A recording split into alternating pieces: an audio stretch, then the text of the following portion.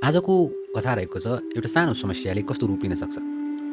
एउटा राजा चाहिँ आफ्नो यात्राको लागि कुनै गन्तव्य उसले बनाएको थियो, एउटा ठाउँ घुम्न जान्छु या कुनै ठाउँमा जान्छु भनेर एउटा गन्तव्य लिएको थियो, मानव एउटा मन्दिरमा जानु थियो दर्शनको लागि। त्यो चाहिँ धेरै दिनको यात्रापछि पुगिन्थ्यो र मन्दिर जानलाई आफ्नो यात्रा सुरु गर्न लागे राजाले। त्यो बेलामा गाउँका मान्छेहरूले सबैले आएर उनलाई यात्राको लागि अनेक चिज दिन थाले। त्यो बेलामा एउटा निकै अनुभवी बुढो व्यक्ति चाहिँ राजाको सामुन्ने आएर राजालाई भन्यो कि राजा, हजुर त्यो जङ्गलको बाटो जान पर्ने हुन्छ त्यो मन्दिर। जब तपाईँ जङ्गलको बाटो जाने हुन्छ नि, त्यो बेलामा एउटा सानो 2 फिटको राक्षस आउँछ। त्यो 2 फिटको राक्षसलाई त्यही बेला मारिदिनु। अनि तपाईँ अगाडि बढ्नु होइन भने तपाईँ अगाडि बढ्न सक्नुहुन्न, त्यसले धेरै अवरोध ल्याउँछ। महाराज भन्छ हुन्छ हुन्छ मान्छु। महाराजा हिँड्यो आफ्नो यात्रामा जाँदाखेरि त्यो जङ्गलमा पुग्यो। जङ्गलमा पुगेपछि त्यो राक्षस जुन 2 फिटको भने त्यो आउने ठाउँमा आइपुग्यो। राजा हिँड्दैछन् सतर्क भएर कहाँबाट देखापर्छ भनेर। त्यस्तै बेलामा उनी जङ्गलमा एक ठाउँमा त्यो राक्षस उफ्रिँदै आयो। ए मसँग लडेर माथि जान्छ, यहाँबाट जुझेर मलाई जित्दा जानु भने पाउँदैनस् भनेर राजासँग जुझ्न थाल्यो। राजासँग जुझ्न आउँदा महाराज पनि ठुलै होइन, प्रतापी। त्यसपछि किन नलड्नु, लडेर त्यो बिचरा राक्षसलाई हराइदियो। तर राजाले चाहिँ त्यसलाई मारेन।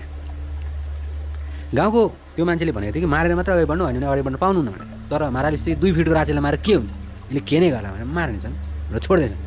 हिँडे त्यो दिन अलिकति हिँडे। भोलिपल्ट जङ्गलको बाटोमा फेरि त्यो राक्षस आयो। तर आज त्यो राक्षस 4 फिटको भएर आएको थियो। आज पनि भनेछ मलाई नमारिकन मसँग नलडिकन जान दिन्न तँलाई म भनेर बाटो छियो। राजालाई रिस उठेछ। महाराजा पनि ठुले ल न त भनेर फेरि जुधेछन्। योचोटि राजाको हातै भाँच्दैछ। बिचरा राजालाई पीडा त हो, तैपनि जसोतसो राजाले त्यसलाई हराएछ। तर पछि 4 फिटको चाहिँ यदि सानैलाई के मार्नु, त्यसलाई एकचोटि नमारिकन पठाइदिएछ। राजा भोलिपल्ट अलिकति अगाडि पुगेको थियो, भोलिपल्ट 6 फिटको भएर आएछ। राजाभन्दा नि अग्लो अरे। राजा 5 फिट जतिको थियो। ल मानौँ अब ठुलो भएर आयो। यसलाई 2 फिट भनेर छोडे, 4 फिट भनेर छोडे, अब 6 फिट भएर आयो। गाह्रो। तैपनि आज पनि जुध, नभए म जान्दिनँ भन्छ, नभए तँलाई मार्छु भन्छ।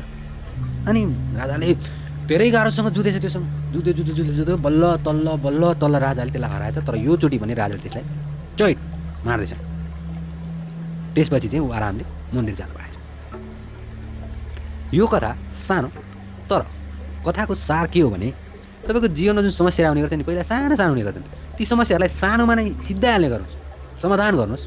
किनभने त्यो समस्यालाई तपाईँ छोड्नुहुन्छ भने त्यो समस्या ठुलो रूप लिँदै जान्छ र पछि यस्तो ठुलो समस्या त्यसले सिर्जना गर्छ जसलाई समाधान गर्न तपाईँलाई धेरै गाह्रो पर्छ। सानो समस्यालाई यति सानोमा सिद्धाउनुहोस्, यति सानोमा समाधान गर्नुहोस्, त्यसले कुनै विकराल रूप लिन नपाओस्, जसले तपाईँलाई अप्ठ्यारो नपरोस्। राजालाई पहिल्यै सम्झाइएको थियो कि तपाईँले त्यो 2 फिटको राक्षसलाई मार्नु भने अगाडि जान पाउनुहुन्न, मार्नुहोस् भन्दाखेरि राजाको सानो त हो नि भनेर छोड्दै गयो, झन्डै त्यसलाई नै बिताएको। त्यसैले समस्या जति सानो उति सजिलो सिद्धाउनलाई, उति सजिलो समाधान गर्नलाई।